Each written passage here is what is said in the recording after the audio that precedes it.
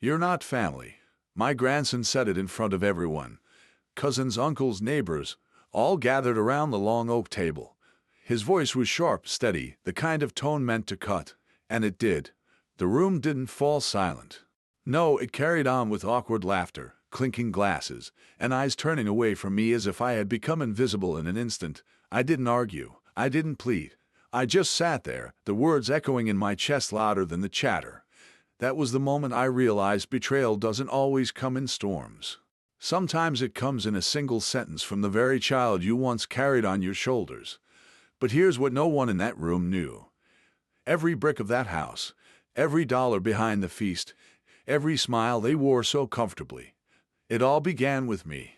And before the night was over, they would remember that truth in a way they never expected. Don't forget to subscribe to the channel and comment where you're watching from. I looked across the table at Matthew, my son. He was busy carving the roast, grinning as if nothing had happened. Elaine, his wife, leaned over to whisper something in his ear. She laughed too loudly as if she wanted the whole room to hear her happiness. I knew that laugh.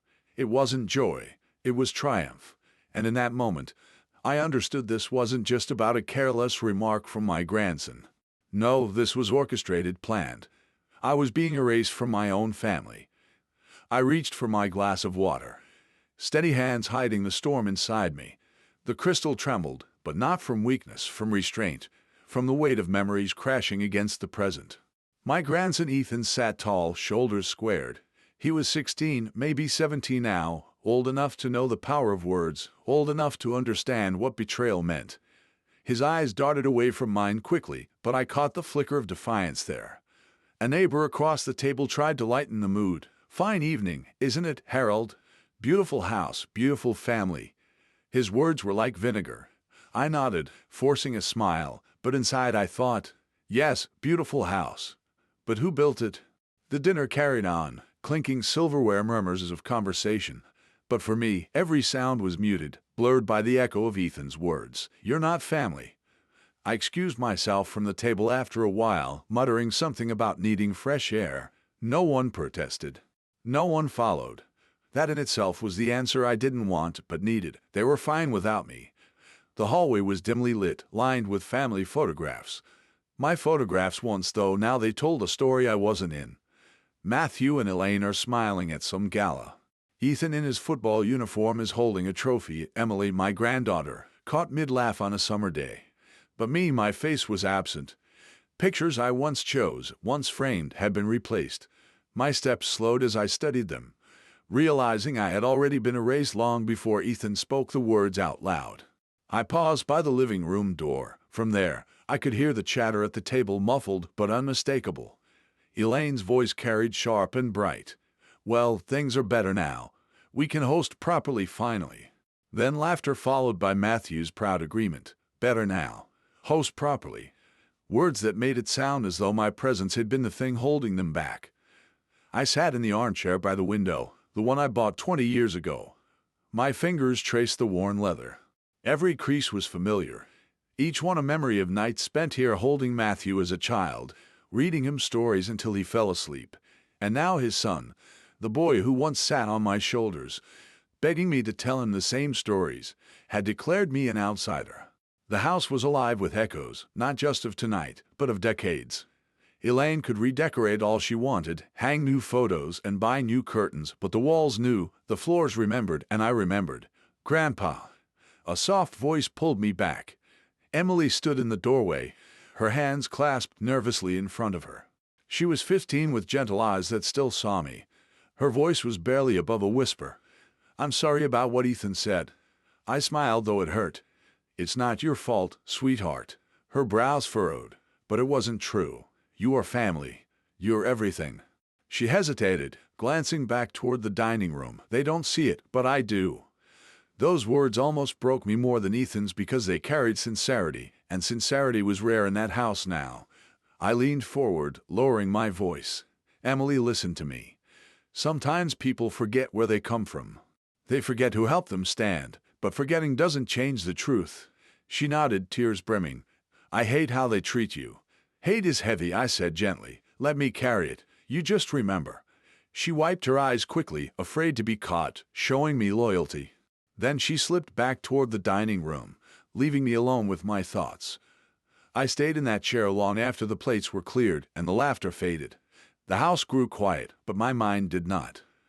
I replayed Ethan's words again and again, not to punish myself, but to etch them deeper, to never forget the lesson. The people you give everything to can still decide you are nothing, but they were wrong. And the time would come when they'd be reminded of it, not with anger, not with shouting, with truth, with something stronger than noise. That night, when I finally stood and walked toward my room, I passed the oak table again. It was empty now, scattered with crumbs and half-filled glasses.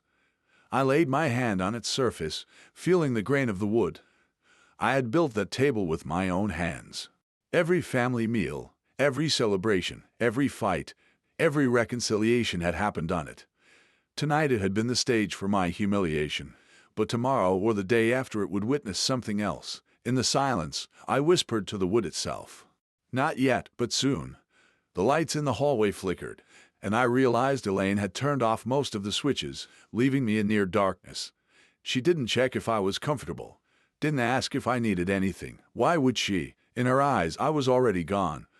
I climbed the stairs slowly, not because my legs were weak, but because every step was a reminder this was still my home. The banister under my palm was polished by years of my touch. The creak on the third stair, the dip in the fifth. These imperfections were mine, they belonged to my life. As I reached the top, I heard Matthew's voice downstairs, faint but clear enough. He won't be here much longer. Trust me. Elaine's laughter followed, cold, confident. I stood there in the dark, heart steady now. They thought I didn't hear. They thought I was finished, but they were wrong, because what they didn't know, what no one knew, was that I had already begun to prepare. Quietly, patiently, with paper, not noise. And when the moment came, they wouldn't just remember I was family. They'd remember I was the foundation. I didn't sleep that night. Not because of age, not because of pain, but because of memory. Memory is a stubborn thing. It doesn't rest when you tell it to. It creeps in through the cracks, plays itself in loops.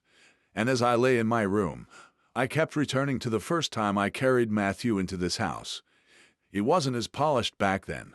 The walls were bare plaster, the floor still smelling of sawdust. Elaine wasn't even in the picture. It was just me, a much younger man, holding my boy in my arms, promising him this place would always be his anchor, his safe ground. And for years I kept that promise. But promises, I've learned, can be twisted when people forget their beginnings. Morning came gray and damp. I rose early, as I always did, long before the rest of the house stirred. I made my way to the kitchen, the one I designed to catch the sunrise through its wide window.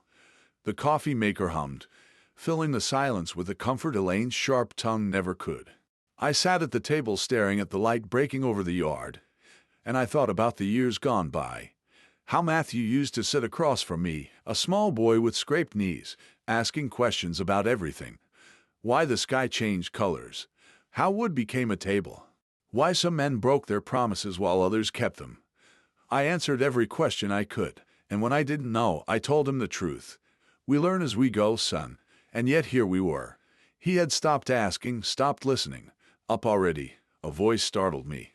Elaine stood in the doorway, silk robe tied tight, her hair perfectly pinned, though the sun was barely awake. She didn't look at me when she spoke. She never did. She walked straight to the fridge, opened it, and pulled out a bottle of juice. Yes, I said simply. She poured herself a glass. You know, Harold, maybe it's time you considered moving somewhere smaller, more manageable, a place suited to your stage of life. Her words dripped with politeness, but her eyes never softened. This place is manageable, I replied, steady. She sipped her juice, smiling faintly. For now, perhaps, but things change. Families grow, houses evolve, and sometimes old spaces need new purposes. I met her gaze. This house has a purpose. It always has. Her smile widened, thin, rehearsed. Well, we'll see. She left the glass on the counter half-finished and walked out. The coffee maker sputtered its last drop. I sat there letting her words hang in the air like smoke. Moving out. Smaller space. Stage of life. They were already writing me out of the script. I thought of Ethan again, his sharp voice at the table. You're not family. Maybe he hadn't thought of those words on his own. Maybe they were fed to him the way a parent slips a pill into applesauce. The thought made my chest heavy, but it also sharpened something inside me. Betrayal wasn't just a boy's mistake. It was the family's decision. Later that morning, I wandered out to the shed behind the house. It smelled of pine and oil, just as it had for decades. My hands brushed over the tools lying neatly on the wall. Hammers, saws, wrenches, all of them mine. Bought with my wages, used to build not just furniture, but a life. I picked up a small wooden box from the shelf.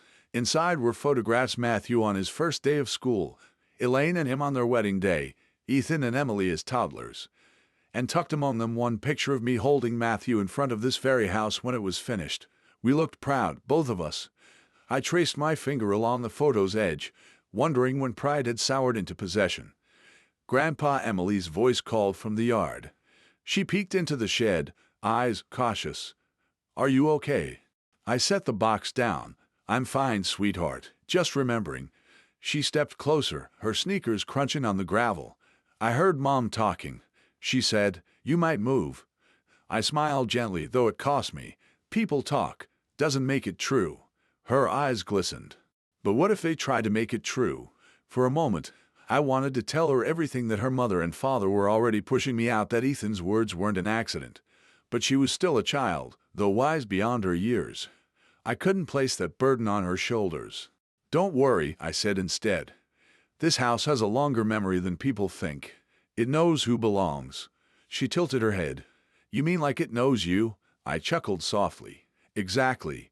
She smiled, then a small flicker of hope, and ran back toward the house. When she was gone, I leaned against the workbench.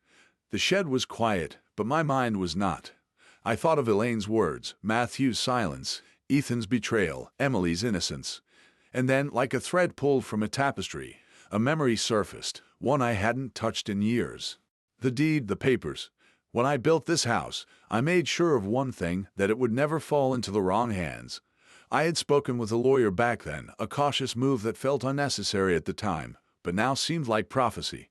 There were stipulations, hidden clauses, things even Matthew had likely forgotten. Paper, not noise. That's what mattered. Not shouting across a table, not arguing in kitchens. Paper, quiet, unforgiving. I left the shed with a calm I hadn't felt in weeks. My steps were slow but purposeful as I crossed the yard back toward the house that had tried to erase me. That evening, as the family gathered again in the living room, I took my usual chair. The television blared with laughter from some comedy Elaine liked. Matthew sat beside her, his arm draped lazily across the couch. Ethan scrolled on his phone, Emily reading quietly in a corner. No one spoke to me. No one asked how my day had been. And for the first time, I didn't ache for it, because I knew something they didn't. "Good night," I said, eventually rising to leave. "Good night," Matthew replied absently, not looking at me. I walked upstairs, each step echoing, not with loneliness, but with resolve. They thought I was fading. They thought I was weak. But they had forgotten the simplest truth. Foundations don't fade. They hold. They wait. And when the time is right, they remind everyone who built the house above them, and I intended to remind them soon. The next morning, I woke before the sun again. Sleep didn't visit me much anymore, but that day, it wasn't only age or memory that kept me awake. It was a sense of direction. A string that had been buried in the dust of years tugged gently at me. I sat at my desk upstairs, a heavy oak thing I had once built myself. The drawers creaked as I pulled them open. Faded envelopes, receipts yellowed with time, instruction manuals for machines that had long stopped running, layers of a life lived. But beneath all that clutter in the bottom drawer, taped to the wood, was what I was looking for. A thick manila envelope. I peeled it free, my fingers trembling slightly, not from weakness, but from the weight of memory. Inside, the deed to the house, the one I signed decades ago, back when my hair was dark and my back strong. Back when Matthew was still a boy, who followed me around with toy trucks in hand, begging to help. But this wasn't just a simple deed. I remembered the lawyer's office, small and lined with books that smelled of dust and ink. I had asked him, "How do I make sure this house always stays in the right hands? How do I keep it from being sold off or split apart if something happens to me?" He had leaned back, his glasses low on his nose. "There are ways, clauses, you can tie ownership to conditions, to behavior, to family roles. And that's exactly what I did. I read over the words now. My eyes slower than they used to be, but my mind sharp. The conditions were clear. As long as I was alive, no one could remove me from this home. Not legally, not by intimidation, not even by blood ties turning sour. I smiled to myself. The kind of smile no one else was meant to see. Elaine's whispers, Ethan's cruelty, Matthew's silence. They thought they could erase me with sharp words and cold glances, but they hadn't done their homework. Paper remembers, people forget. A knock on the door interrupted my thoughts. Grandpa Emily's voice. "Come in," I said, slipping the deed back into the envelope, tucking it under a stack of old photo albums. She peeked inside, her hair loose around her shoulders. "You're always up so early." "Old habits," I said. "The sun doesn't like to wait for me, so I don't wait for it." She smiled faintly and stepped closer. "Dad wants to know if you're coming with us today. He's taking Mom shopping for, well, I think furniture." "Furniture?" I asked, though I already knew the answer. "Yeah," she said softly, her eyes lowering. "For the downstairs room. They said it needs a fresh start." A fresh start. Those words landed heavily. They wanted to erase even the corners of the house I still touched. I reached out and squeezed her hand gently. "You go with them if you want. I'll be fine here." She hesitated, then shook her head. "I'd rather stay." For a moment I saw the child in her, the little girl who once followed me into the garden, asking about every flower and every bug. She was older now, caught between loyalties she never asked for. And I realized she was my only ally in that house. "Then help me with something," I said. "What is it?" she asked. I pulled a dusty ledger from the desk. "These are the records of when this place was built. Every nail, every board. I kept track of it all. I think it's time someone else in this house knew the story." Her eyes widened as she flipped through the pages. "You wrote all this?" "Every number," I said, because one day I knew someone would ask who really built this and I wanted the answer ready. She traced her finger along the faded ink. "Grandpa, why are you showing me this?" "Because you need to remember what they've forgotten," I told her. "This place didn't come from thin air. It came from work, my work." Her lips pressed together as if she wanted to say more but couldn't. Instead, she nodded. Hours later, when the rest of the family returned with shopping bags and smiles, I watched them from the porch. Elaine's voice was loud, Matthew carrying boxes, Ethan bragging about some purchase he'd made. They looked right past me as if I were already a ghost, haunting the frame of the house. But I wasn't a ghost, not yet. That night, when they all slept, I sat at my desk again. I dialed a number I hadn't used in years. The phone rang twice before a tired but familiar voice answered. "Harold." "Yes," I said quietly. "It's been a while." A pause, then a chuckle. "You only call me when there's trouble." "Then you know why I'm calling," I replied. "Still have the papers?" "I do," I said. "And I think it's time we reminded them what they mean." There was silence on the line. Then the voice softened. "Careful, Harold.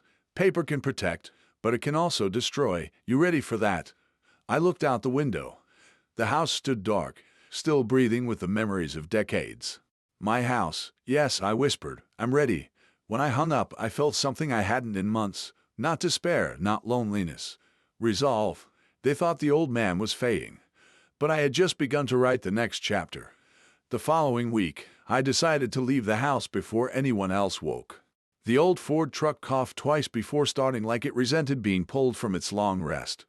I hadn't driven it in months, maybe a year, but that morning, the steering wheel felt steady in my hands, as though it remembered me.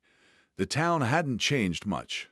Same diner with its cracked neon sign, same hardware store window crowded with dusty power drills. But as I drove past, I couldn't help but think about how much I had changed, or maybe how much I'd been forced to. I parked in front of a small brick building with gold letters faded across the glass. Miller and Company Legal. Inside, the air smelled of old paper and polished wood. Behind the desk, an older man looked up from a stack of files.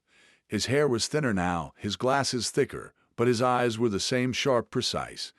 "Harold Whitmore," he said, standing. "I'll be damned. Thought I'd only see you again in an obituary." I smiled faintly. "Not yet, Thomas." We shook hands. His grip was weaker than I remembered, but steady. He led me into his office, the same cramped room I remembered from years ago. Books lined the walls, floor to ceiling, their spines worn, but proud, so Thomas said, settling into his chair. Why now? Why, after all this time? I slid the envelope across his desk. Because they've forgotten, and I need to remind them. He opened it, adjusting his glasses as he read. Ah, the deed. You really did keep it all these years. Smart. I had a feeling I said back then I didn't know who I was protecting it from. Now I do. Thomas looked at me carefully. It's airtight. They can't touch this house. Not legally. But Harold, if you go down this road, it won't just be paper. It'll be war inside those walls. I leaned forward. They declared war the moment my own grandson told me I wasn't family. The silence hung heavy between us. Then Thomas nodded. All right, then we'll sharpen the edges. That evening, when I returned home, I found the living room half emptied, furniture gone, walls stripped bare. Elaine stood in the center, clipboard in hand, barking orders at 2 delivery men. Careful with that. It's antique. She stopped when she saw me. Oh, you're back. Her tone wasn't warm, not even polite, just dismissive. What's happening here? I asked, though I already knew. Fresh start, she said. We're redesigning the space, making it ours. Ours, I repeated. My voice was quiet, but it carried. Matthew walked in, then his hands full of curtain rods. He froze when he saw me. For a second, guilt flashed across his face, but then it hardened. Dad, please don't start. We just need the house to feel like yours. I cut in. Yes, I've heard that. Ethan appeared behind him, smirking. It's about time this place stopped looking like a museum. No offense, Grandpa. No offense, I said slowly. Is exactly what people say when they mean the opposite. The room grew tense. Even the movers shifted uncomfortably. I didn't raise my voice. I didn't argue. Instead, I stepped past them, climbed the stairs, and shut my door. But behind that door, I wasn't retreating. I was planning. Later that night, Emily knocked softly. Grandpa, come in, I said. She slipped inside, closing the door behind her. Her eyes were red. She'd been crying. They're changing everything, she whispered. The house doesn't even feel like home anymore. It will, I told her. Trust me. She sat on the edge of the bed, twisting her hands together. Do you have a plan? I looked at her. This granddaughter caught in the middle of a storm she didn't create. She deserved honesty, at least in part. Yes, I said. But it's not the kind that makes noise. It's the kind that leaves a mark no one can erase. She tilted her head. What do you mean?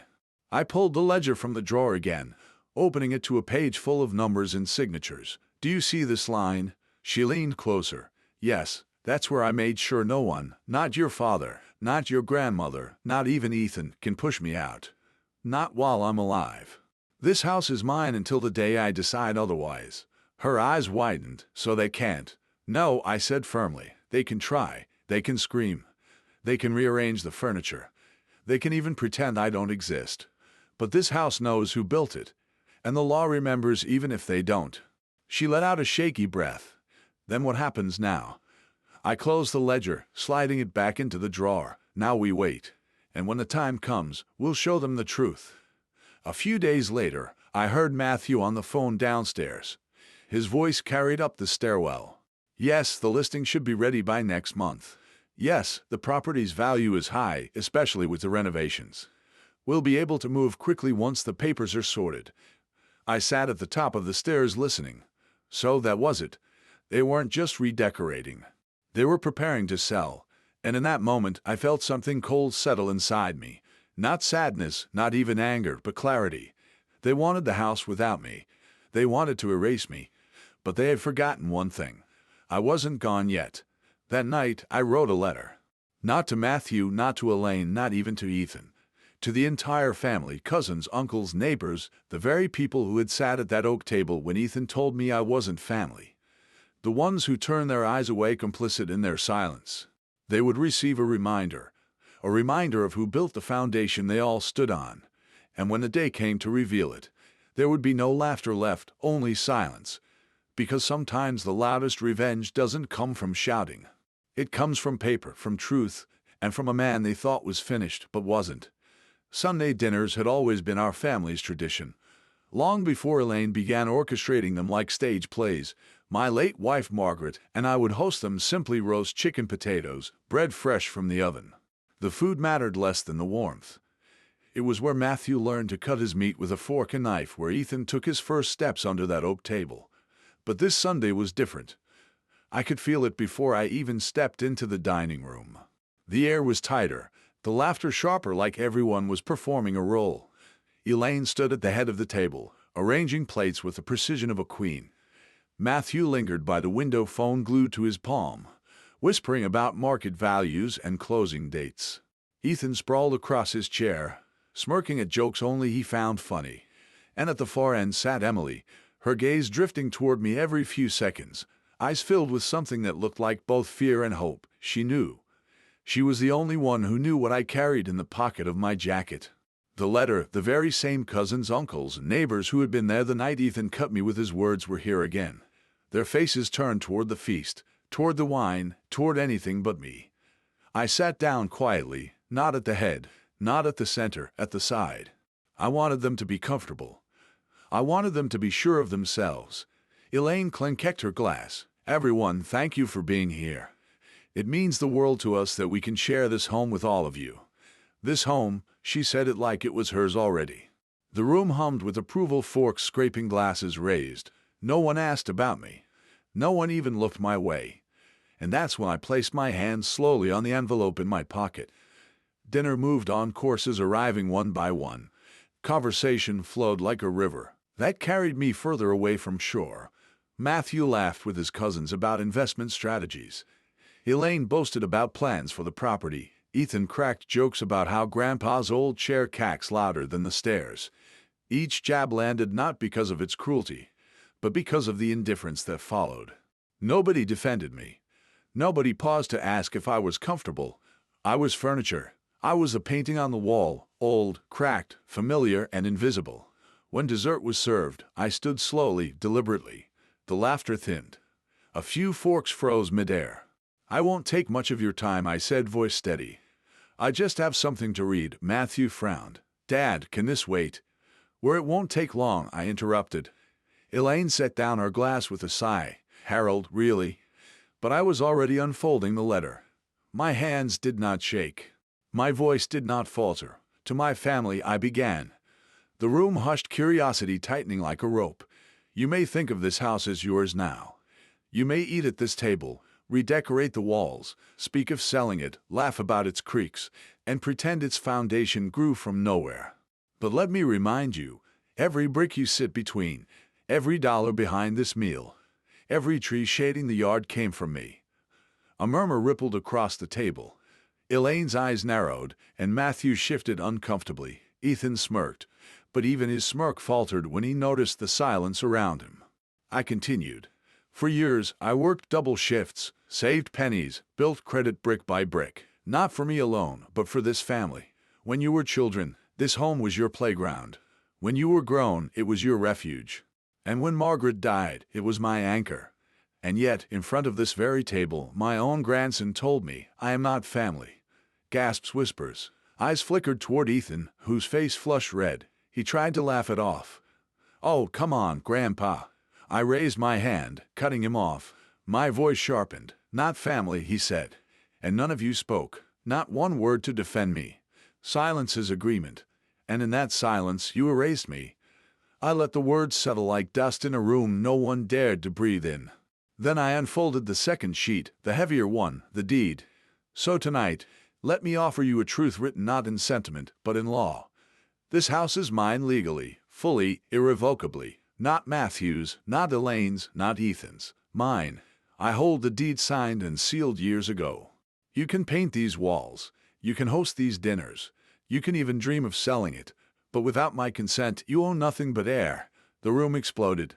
What Matthew shot to his feet, face pale. Dad, you can't just. Ella's voice cut sharply. You're bluffing that paper. I laid the document flat on the table, sliding it forward. See for yourself, the cousins leaned in, whispers flying like sparks. It's real, one muttered. His name's right there. Elaine snatched it up, scanning furiously, her lips pressed thin. Matthew rubbed his temple, pacing as though walking might erase ink. Ethan sat frozen, mouth half open, caught between disbelief and fury. I didn't raise my voice. I didn't gloat. I simply said, "You forgot something. You forgot that I'm still here. That while you erased me in words, I remained in stone and paper in every corner of this house. You may want me gone, but you can't erase the truth. Not tonight, not ever." The silence that followed was different this time. Not awkward, not dismissive, heavy, shameful. Emily's eyes glistened, pride flickering through her tears. She was the first to clap, just once softly, not in celebration, but in recognition. And in that single sound, the balance in the room shifted. No one laughed, no one toasted. For the first time in years, they were forced to see me. That night, after the guests left in hushed confusion, Elaine stormed into my room. "You humiliated us," she hissed. "In front of everyone." I looked at her evenly. "No," I reminded you. "There's a difference." She pointed a trembling finger at me. "You think this is over? You think a piece of paper makes you untouchable?" I leaned back in my chair, calm. Not untouchable, just unmovable. There's a difference there, too. Her eyes blazed, but she had no words left. She slammed the door behind her, and alone in the quiet, I allowed myself a smile. Not a loud one, not triumphant, but steady. Because for the first time in a long while, I wasn't invisible. They had seen me and they would remember. The morning after the dinner, the house was quieter than it had ever been. No clinking plates, no laughter bleeding through the walls, just silence, thick, uneasy silence. I woke before dawn as I always did, boiled water for coffee, and sat by the kitchen window. The steam curled upward, the scent earthy and grounding. For the first time in months, I didn't feel invisible. But I also knew what silence meant. It wasn't peace, it was plotting. By mid-morning, I heard them. Matthew's voice downstairs, urgent, low. Elaine sharper, cutting in like a blade. "We can't let him pull this stunt," Elaine snapped. "Do you understand what he did last night?" "In front of everyone, I know," Matthew muttered, "but yelling won't fix it. You're missing the point. They saw the deed, Matthew. They saw it with their own eyes. He made us look like squatters in our own home." There was a pause. Then Matthew sighed. "I'll call Rob." The name hit me like a stone dropped into still water. Rob, his lawyer friend. A man who always found loopholes in contracts, who once boasted at a barbecue about making problems disappear for clients. So they were going to fight. Not with words, not with guilt, with the law. I stayed upstairs listening. Ethan wandered into the conversation. His voice carried the smugness of someone who had never earned anything but assumed everything was his.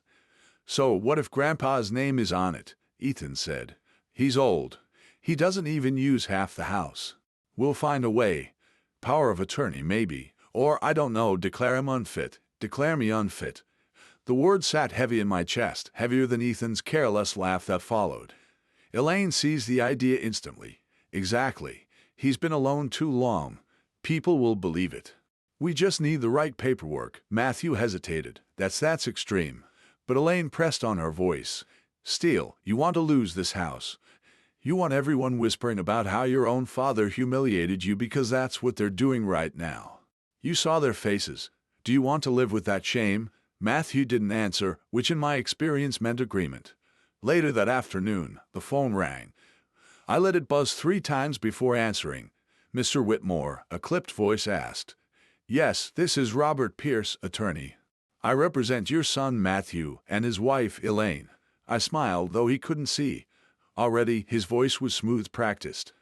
"They have concerns about your ability to manage the property. They'd like to discuss options before taking further steps." "Further steps?" I asked. "Guardianship, transfer of authority. We can do this quietly, Mr. Whitmore, or it can get messy." I let the silence hang until even he grew uncomfortable.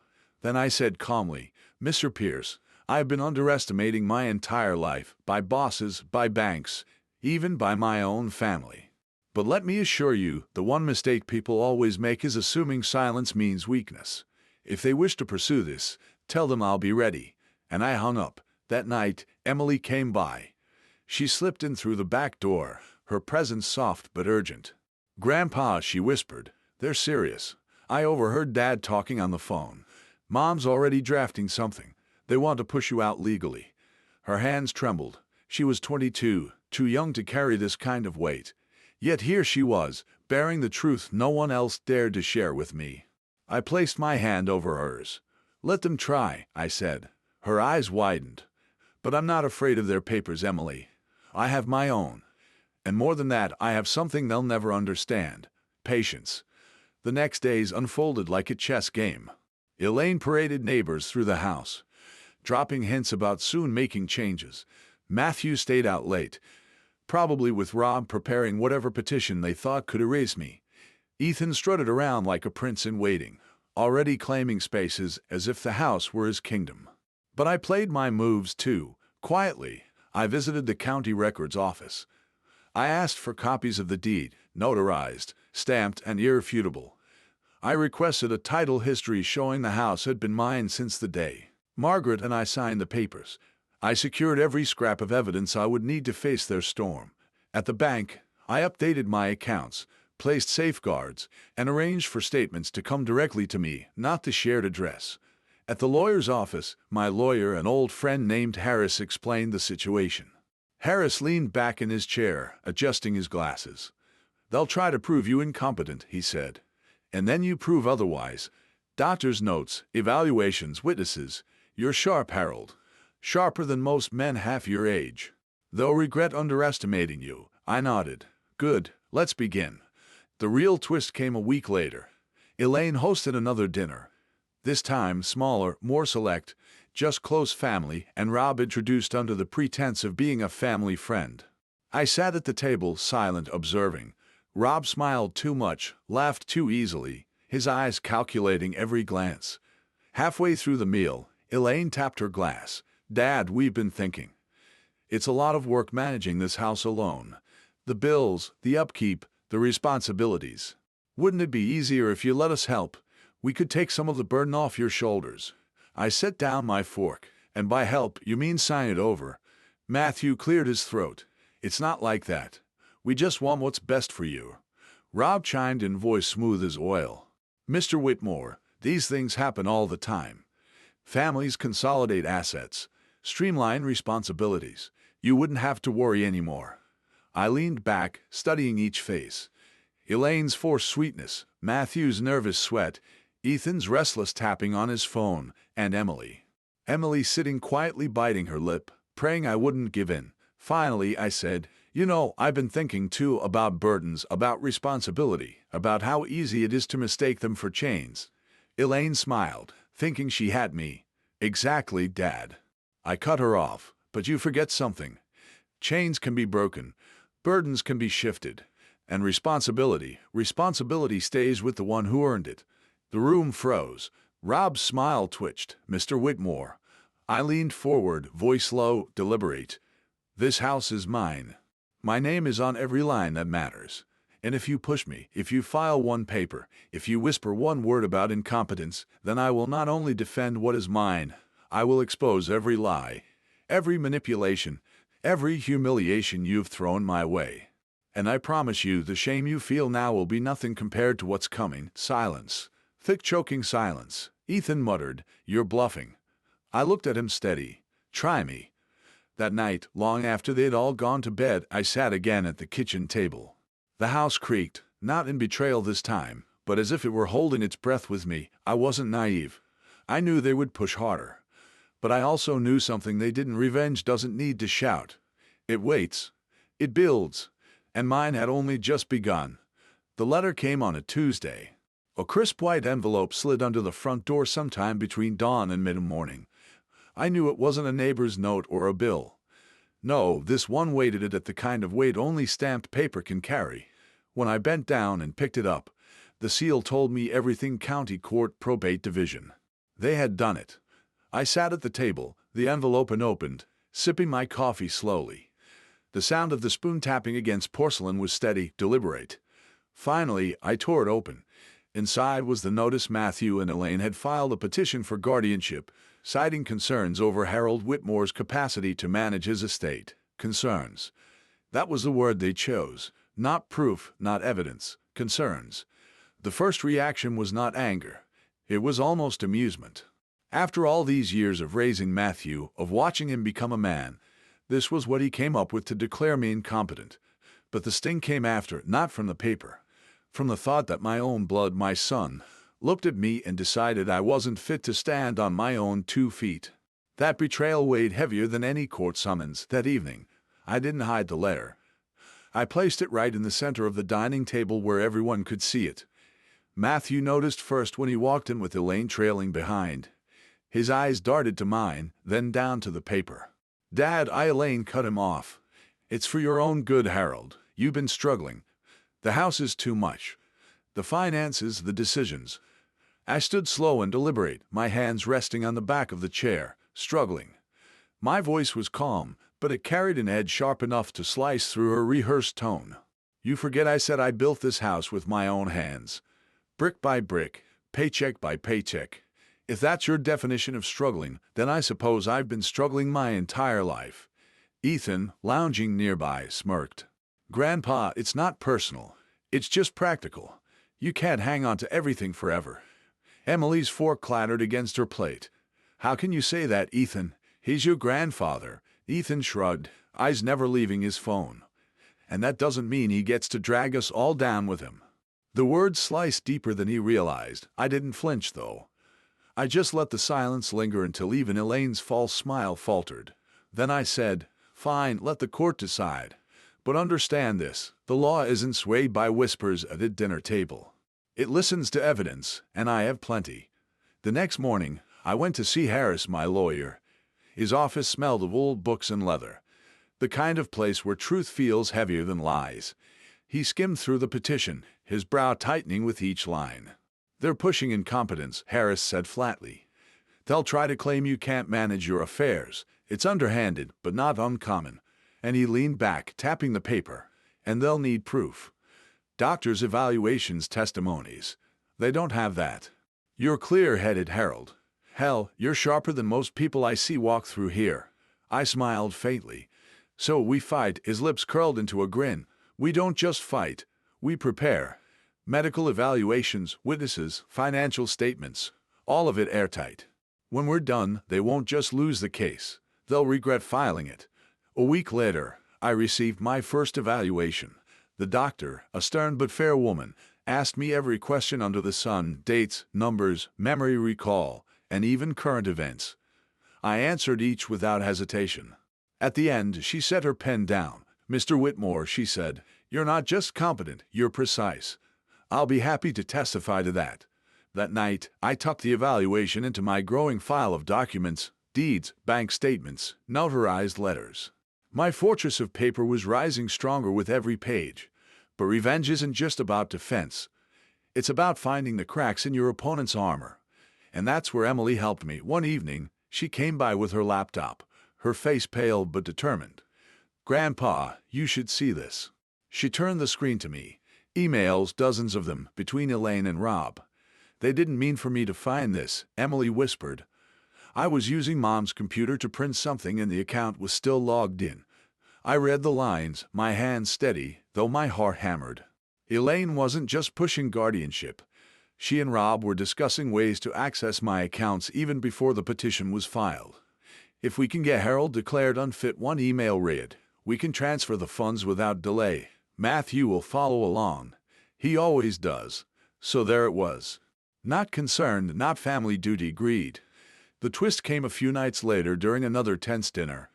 Elaine poured herself wine, her eyes glittering with false patience. "Dad," she said sweetly, "the court date's coming up. You can save everyone the trouble if you just sign over the power of attorney. We'll handle the rest." I set down my fork. "You've thought of everything, haven't you?" Her smile sharpened. "It's not about us. It's about protecting you."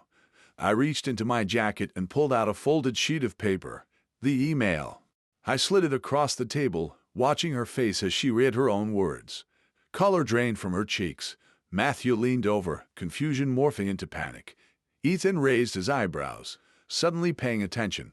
I leaned back. "Protecting me or protecting your access to my accounts?" Elaine stammered. Where did you get that?" "Let's just say," I replied softly. "Paper speaks louder than noise." The room fell silent. Even Ethan looked rattled. Emily's eyes met mine. And in that quiet moment, we both knew the tide had turned.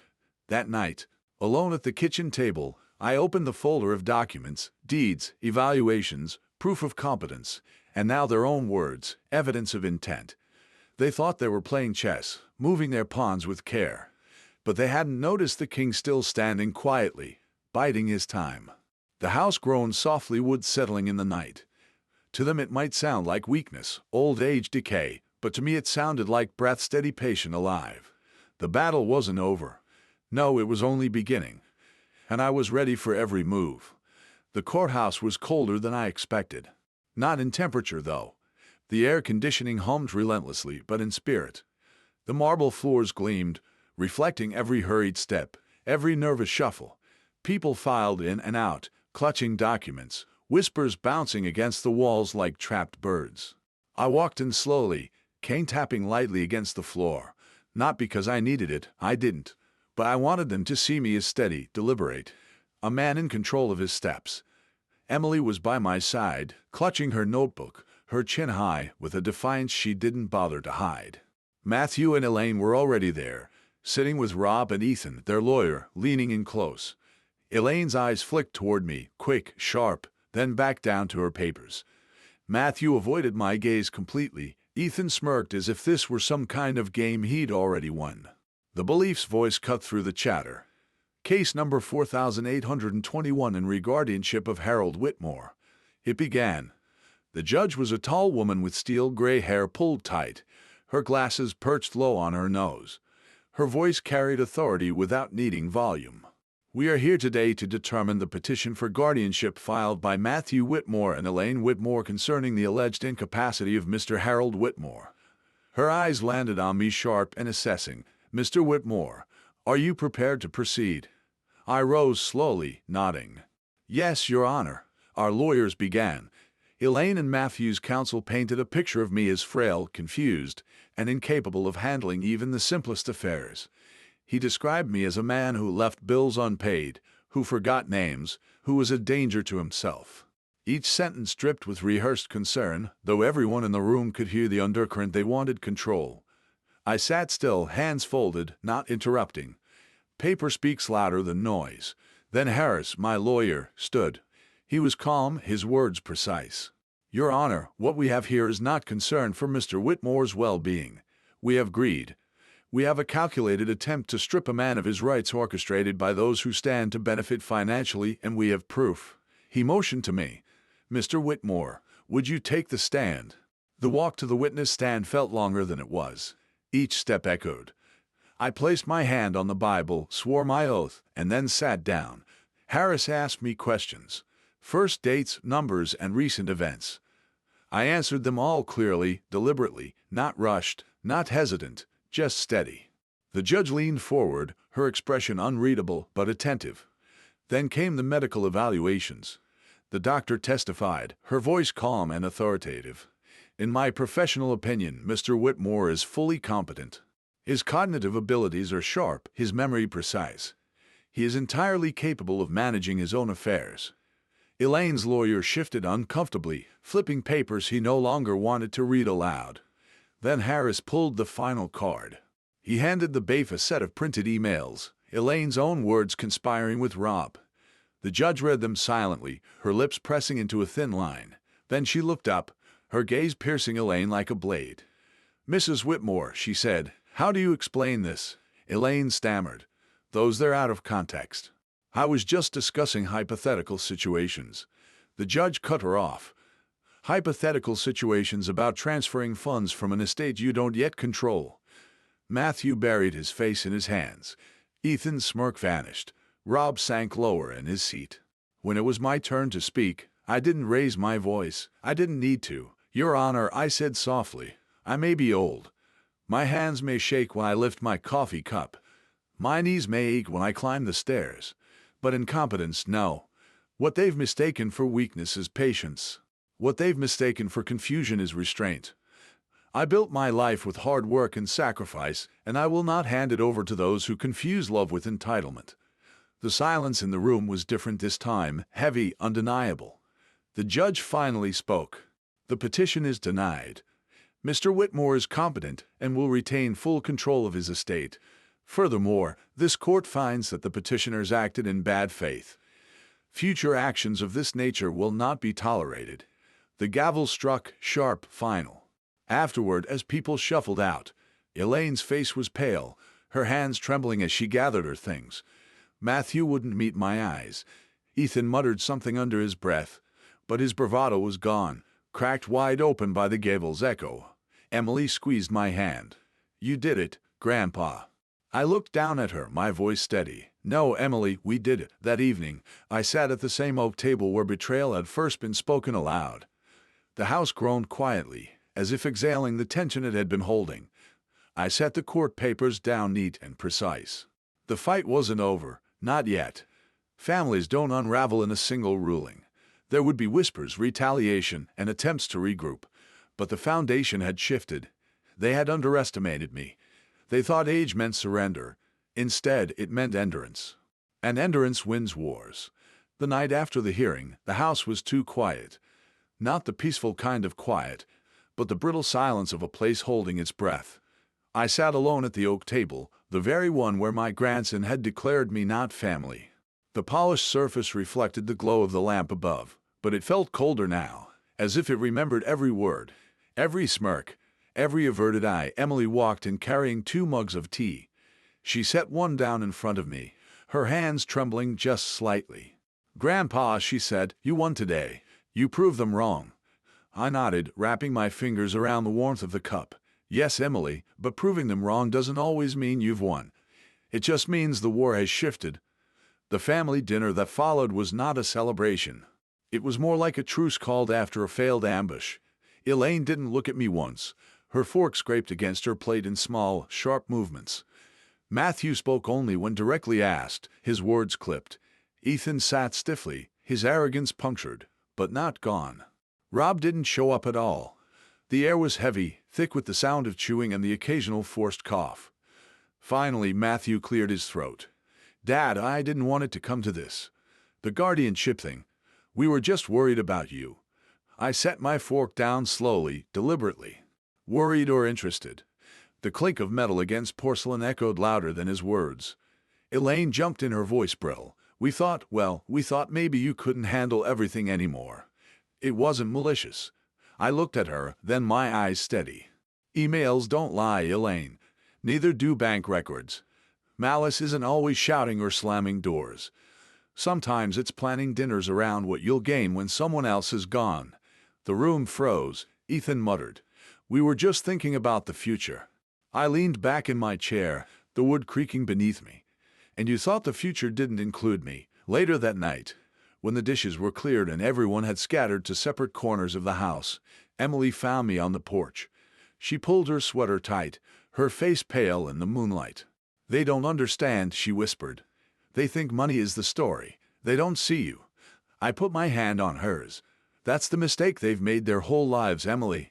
They see what I own, not who I am." She hesitated, then leaned closer. "What are you going to do now?" The question hung in the cool night air. For the first time in weeks I smiled. Not the kind of smile that hides pain, but the kind that knows exactly what comes next. "I'm going to remind them," I said softly, "in a way they'll never forget." The reminder began quietly. I called my lawyer Harris again. "Draw up the papers." I told him, all of it. The trusts, the transfers, the final revisions. He didn't ask why. He just said, "I'll have them ready." 2 days later, I invited the family back for another gathering. They came, though reluctance showed in their eyes. Maybe they thought I'd softened. Maybe they thought I wanted reconciliation. They sat at the oak table again, that cursed and sacred piece of wood. The house seemed to listen. I stood at the head of the table, papers neatly stacked in my hands. My cane rested against the chair beside me, though I didn't need it. "I called you here," I began, "because families should not be decided in courtrooms. They should be decided in homes." Matthew shifted uneasily. Elaine crossed her arms. Ethan tapped his fingers against the wood. Emily sat silently, her gaze fixed on me. I placed the papers down. "This is the future you wanted to rush me into. My estate, my property, my house. You wanted control, so I'm giving you an answer." I slid the top page across the table. Ethan grabbed it, scanning, then his face drained of color. "What is this?" he muttered. Matthew snatched it from him. His eyes widened. You changed everything." Elaine leaned forward, her voice sharp. This says we're not beneficiaries anymore." I nodded calm. "Correct. I've moved my estate into a trust. Emily is the sole beneficiary. Every brick, every dollar, every memory goes to her." The silence was shattered. Ethan slammed his hand on the table. "You can't just erase us." I looked at him, my voice steady as stone. "You erased me first. Remember?" The room erupted. Matthew tried to argue, Elaine's voice shrill, Ethan furious, but none of it mattered. The papers were signed, sealed, and legal. Their protests were noisy. Paper had spoken. Emily sat frozen, her lips parted in shock. She whispered, "Grandpa, I didn't ask for this." I turned to her, my eyes softening.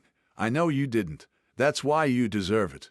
At night, long after they had stormed out, the house finally felt different, not quiet, not heavy, alive. Emily sat beside me, her head on my shoulder. "They'll never forgive you," she said. I took a slow breath. "Forgiveness isn't the point, Emily. Memory is. They will remember this night.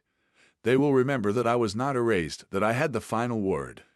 And as the house exhaled, as the oak table gleamed under the dim light, I knew the war was over. Not because I destroyed them, but because I had claimed myself again. The morning after the storm, I woke to sunlight spilling through the curtains. For the first time in months, it didn't feel like an intruder. It felt like an old friend warming the edges of a life I thought had turned permanently cold. Emily was already awake. I found her in the kitchen making coffee, humming faintly under her breath. She looked up when I walked in and smiled at me so genuinely that it pierced through the residue of bitterness clinging to me. "Grandpa," she said softly, handing me a cup, "do you feel lighter?" I took the coffee, inhaling the steam. "Yes," I said. "But lighter isn't always peace. Sometimes it's just the weight of one battle gone, while others wait their turn." She tilted her head, studying me the way only someone who truly sees you can. "Do you regret it?" Cutting them out, I sat down at the oak table, the battlefield of words, the silent witness to betrayal and justice.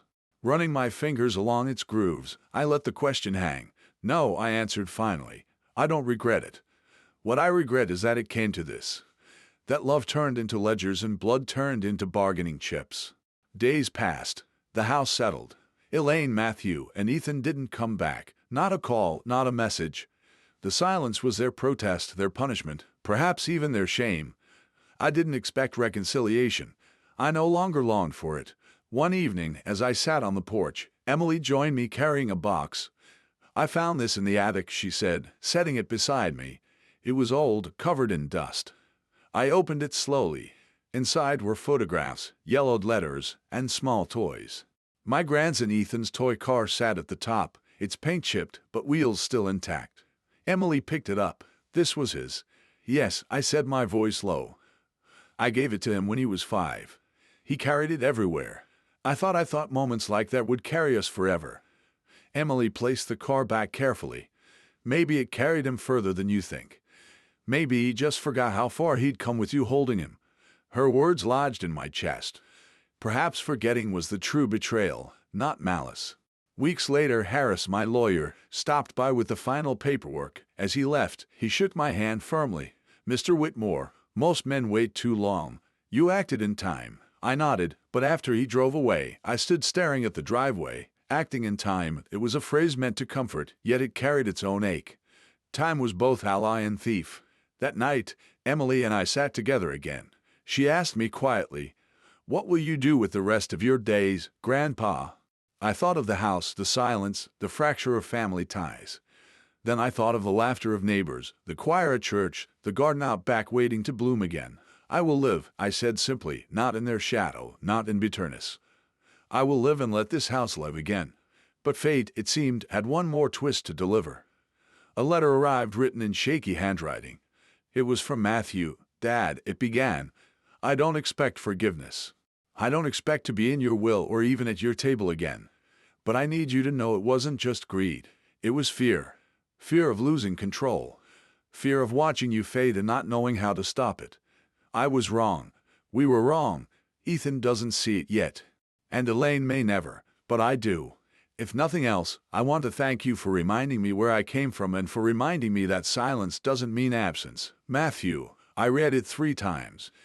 Each word felt like both balm and blade. Emily touched my arm. "Are you going to answer him?" I folded the letter slowly, slid it back into its envelope. "Not yet.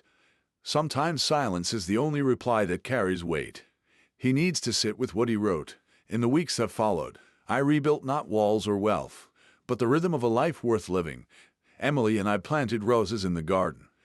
I began writing letters of my own, not to send, but to leave behind. Letters of memory, of truth, of the love that existed before it was corrupted. And in the quiet moments, I sat at the oak table and thought of the night Ethan said, "You're not family." He was wrong. I am family because I built it, nurtured it, carried it. Even if they turned away, the truth doesn't vanish with their blindness. Family is not who inherits your house. Family is who inherits your heart. On a warm Sunday morning, Emily and I walked to church. The sun was kind and the air carried the smell of blooming roses.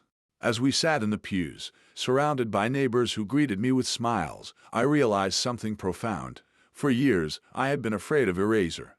Afraid that I would die a ghost in my own home, a footnote in my own family story. But now I saw the truth. Erasure only happens if you let it. I had written myself back into the story, not through anger, but through action, not through noise, but through paper. And in Emily's eyes, in her laughter in the garden, we tended together. I was alive.